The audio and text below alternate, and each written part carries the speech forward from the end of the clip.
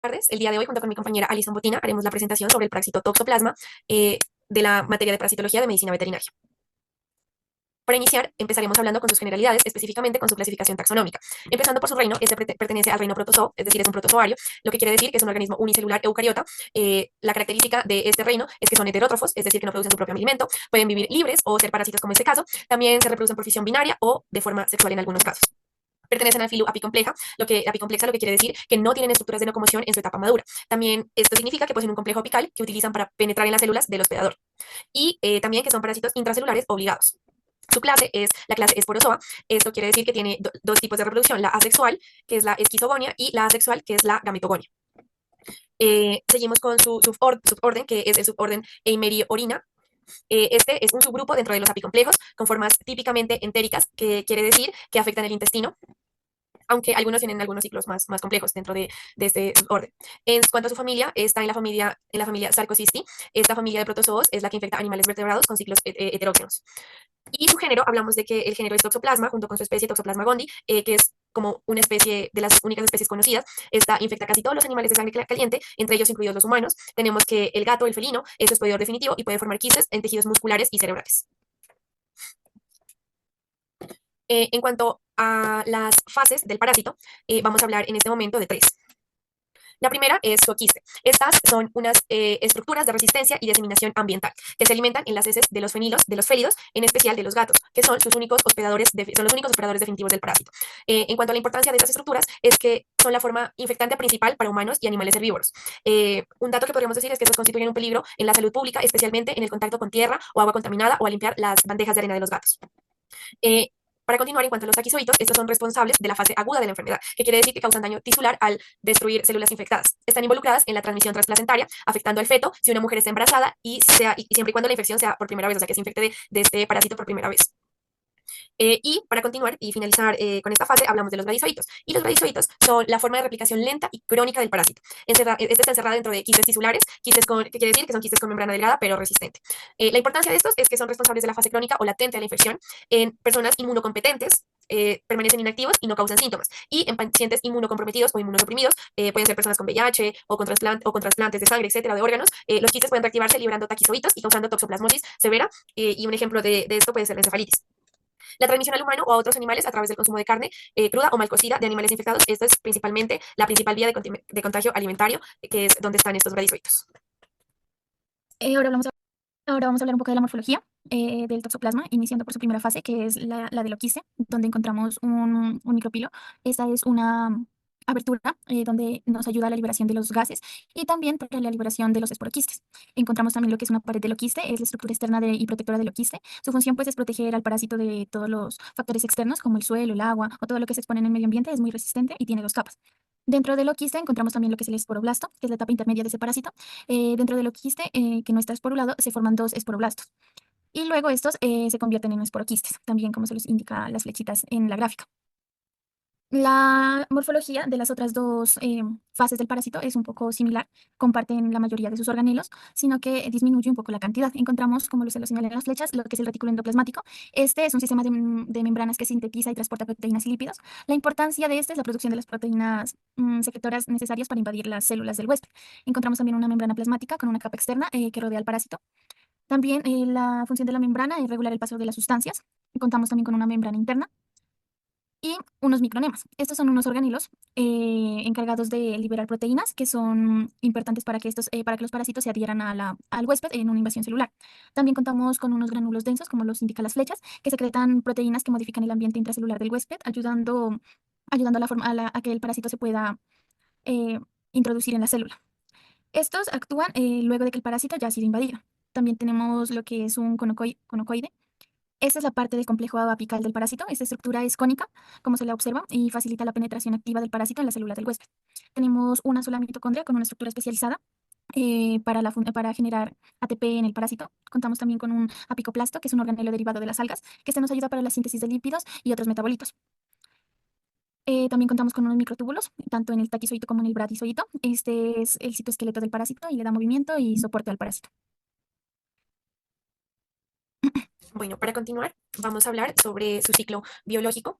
Como bien dijimos hace un momento, tiene un ciclo de vida heteróxeno, facultativo. Tiene dos maneras de reproducción, la una sexual y la otra asexual. La sexual es en el intestino de los félidos, es decir, en este caso de los gatos, con la formación de los oquistes. Y el ciclo asexual está en los hospedadores, que es con la formación de los taquizoitos y posteriormente los bradizoitos. Para empezar a hablar de manera más compleja sobre el ciclo, vamos a guiarnos con la imagen y con la parte 1A. En esta parte, los huevos se eliminan, se excretan en las heces del gato.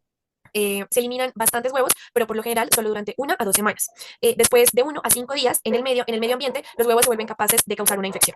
Seguimos con 1B. En esta, los gatos pueden volver a infectarse por el consumo de alimentos u otros materiales contaminados. Para continuar, seguimos con 2, que algunos animales, o sea, pues otros animales, ya sea aves, ¡ay, esos perros! ¡Dios! Otra vez.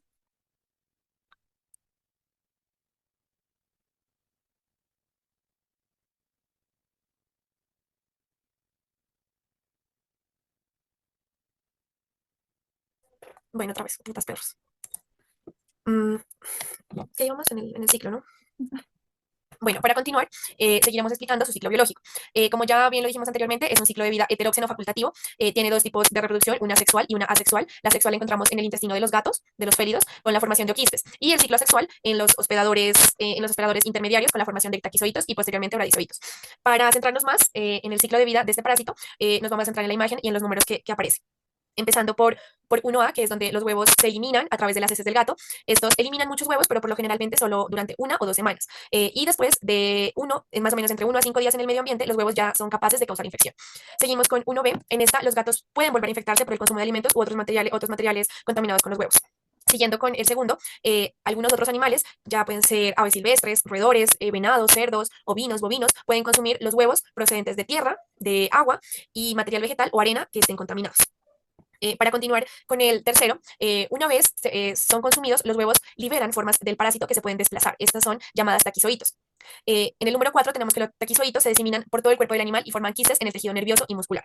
En el número 5 tenemos que los gatos se infectan después de comer animales que contienen estos quistes. En el número 6A tenemos que la infección se adquiere comiendo carne poco cocida, carne cruda que contenga estos quistes. En el número 6B también tenemos que las personas se pueden infectar si comen alimentos, agua u otros materiales contaminados con las heces de gato o cuando, puede ser un ejemplo, cuando limpian la bandeja de la arena del gato de sus mascotas y directamente se llevan las manos a la boca, a la cara, entonces puede ser una manera de infección. En el número 7 tenemos que en casos poco frecuentes, una persona puede infectarse a través de transfusión de sangre, del trasplante de un órgano que tenga este parásito. En la parte número 8 tenemos que igualmente en raras ocasiones la infección se transmite de la madre al feto. Y en la parte número 9 tenemos que en las personas los parásitos forman quistes en los tejidos, por lo general en los músculos y el corazón, también en el encéfalo y en los ojos. Tenemos la localización. En el hospedador, la localización es intercelular en tejidos como el músculo esquelético, el corazón, el cerebro, el hígado y la placenta. Y para hablar un poco en bovinos, se dice que su infección es frecuente, pero la infección es subclínica. Los bovinos fueron capaces de desarrollar una respuesta inmunológica eficaz que permite que el parásito no desarrolle su ciclo infectante ahí. Sin embargo, investigaciones han detectado quistes tisulares de la toxoplasma en la carne bovina, esto haciendo un riesgo para los consumidores de la carne. Para continuar con la patogenia y los síntomas, tenemos primero que hablar en animales y hablar de animales que son inmunocompetentes. En la mayoría de estos casos de estos animales, la infección afortunadamente es asintomática, porque ya que el sistema inmune controla la multiplicación de los traquizoitos y estos se encapsulan como bradizoitos, pues es decir, en su fase crónica. Hay algunas especies sensibles como ovinos, caprinos, porcinos, bovinos, entre otros, que este puede generar, inclusive en monos y algunos animales silvestres, en este puede generar abortos espontáneos, sobre todo en el primer tercio de la gestación, reacción embrionaria, o sea, una muerte fecal, nacimiento de las crías débiles o crías que nacen con malformaciones, y también tenemos una falla reproductiva repetitiva. Especialmente puede ser en rebaños de ovinos y caprinos. En algunos casos, la toxoplasmosis aguda pueden haber signos de fiebre, depresión, dificultad respiratoria y signos neurológicos. Y ahora bien, hablando de animales inmunocomprometidos, tenemos que los quistes tisulares se reactivan liberando taquizoitos, liberando taquizoitos. Estos se presentan de forma aguda o subaguda severa, con compromiso sistémico y afectando varios órganos. Entre estos puede haber el sistema nervioso central, lo que puede generar ataxia, convulsiones y parálisis. También en los pulmones, lo que puede generar tos o disnea. Y en el hígado y en los ojos también. Si esta infección no es tratada de manera correcta, pues es mortal. Y para continuar, también tenemos la toxoplasmosis en humanos. Igualmente, en personas inmunocompetentes, generalmente son asintomáticos o con síntomas muy leves, que puede ser la fiebre leve o los ganglios linfáticos inflamados y un malestar general. Si hablamos de la toxoplasmosis congénita, esta que es la que ocurre si una mujer se infecta por primera vez en el embarazo. El riesgo de transmisión al feto y la gravedad del daño que le puede causar varía según el trimestre en el que esté la madre. Si es en primer trimestre, en el primer trimestre hay un menor riesgo de transmisión, pero puede ser el daño más grave. Si está en el tercer trimestre, puede haber un mayor riesgo de transmisión, pero el daño puede ser leve o puede ser subclínico. Eh, y las consecuencias en el feto pueden ser varias, como la microcefalia, la hidrocefalia, convulsiones, ceguera, entre otros. Siguiendo con lo que tenemos en nuestras diapositivas, que es el toxoplasmosis ocular, tenemos más común en infecciones congénitas reactivadas en la adolescencia o en la adultez. En esta tenemos la retinocoritis, perdón. Esta es una enfermedad que causa dolor ocular, fotofobia, visión borrosa, cicatrices en las retinas que son permanentes. Y para finalizar, igualmente que en animales, en humanos, en personas inmunocomprometidas, ya sea que personas que tengan SIDA, VIH, que hayan tenido trasplantes o que estén en quimioterapias por cáncer, puede haber un alto riesgo de reactivación de la infección latente. Esta sí puede causar encefalitis toxoplásmica, neumonía, hepatitis, miocarditis, puede haber un compromiso multiorgánico, es decir, que hay varias afecciones en los órganos y obviamente sin el tratamiento adecuado puede ser fatal y puede causar la muerte. Ahora vamos a hablar un poco del diagnóstico de este parásito. Encontramos tres tipos de diagnósticos. Estos tipos se los utiliza dependiendo la fase del parásito y también el tipo de muestra que tengamos. Contamos con un diagnóstico directo, un indirecto y otro en caso de abortos.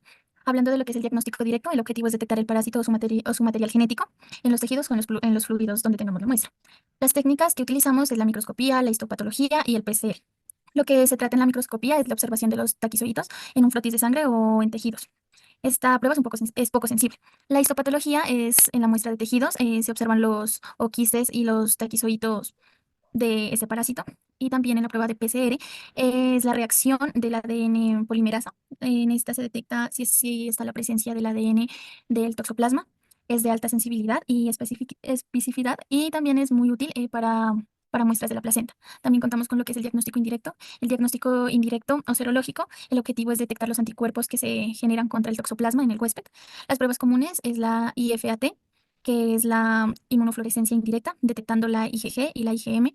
Estas son muy utilizadas en nuestro campo de la veterinaria. También la prueba de ELISA, que es cuantitativo y es automatizable, y la prueba de MAT, que esta detecta la IgG sin requerir un cultivo celular.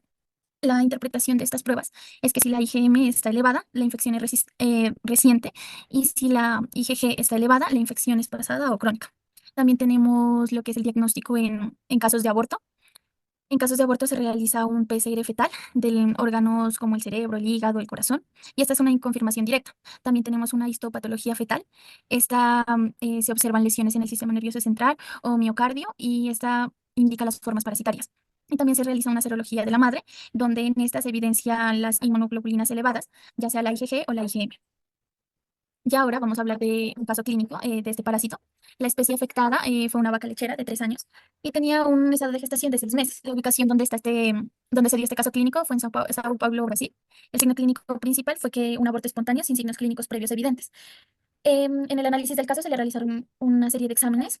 Primero, el examen realizado fue una histopatología del feto y de la placenta. Se le realizó una serología materna y también se le realizó un PCR en el tejido cerebral fetal. En las lesiones que se observaron en el feto fue una encefalitis, una miocarditis necrosante, también la presencia de estructuras compatibles con la Toxoplasma gondii. Cuando llegaron los resultados del laboratorio, arrojaron en la serología materna positiva para toxoplasmosis, y en el PCR fetal también hubo una confirmación de que el ADN del toxoplasma gondii estaba presente en el tejido cerebral. La conclusión del caso fue que el toxoplasma gondii sí puede causar abortos en bovinos, aunque se considera que los bovinos son muy resistentes por su respuesta inmunológica. Se observó y se llega a la conclusión de que sí se puede causar abortos siempre y cuando se estén dando unas condiciones de inmunodepresión o que la carga parasitaria sea alta, porque el aborto que tuvo la vaca en el caso clínico fue que su aborto fue por Toxoplasma gondii. Para continuar, queremos hablar un poco sobre la importancia en la salud pública y en la salud pública y veterinaria que tiene efectos del Toxoplasma gondii. Empezando porque esta es una enfermedad clasificada como una enfermedad parasitaria transmitida por alimentos. La FAO, la cual es la Organización de las Naciones Unidas para la Agricultura y la Alimentación, y la OMS, la Organización Mundial de la Salud, han clasificado la toxoplasmosis como una de las 10 enfermedades parasitarias más importantes transmitidos por alimentos a nivel mundial. Bien, tenemos este parásito, pues puede estar presente en quistes tisulares, los brazoitos dentro de tejidos musculares en animales infectados. Es decir, que el consumo de carne cruda o mal cocida, especialmente de carne de cerdo, cordero, vaca, res, pueden transmitir las infecciones en humanos. Hay algunas recomendaciones que se da en países de alto consumo de carne poco cocida, pueden ser de carne de embutidos o todo este tipo de alimentos, y es que debe haber una vigilancia estricta, sanitaria, también debe haber una educación para el consumidor y una inspección veterinaria en las plantas de beneficio.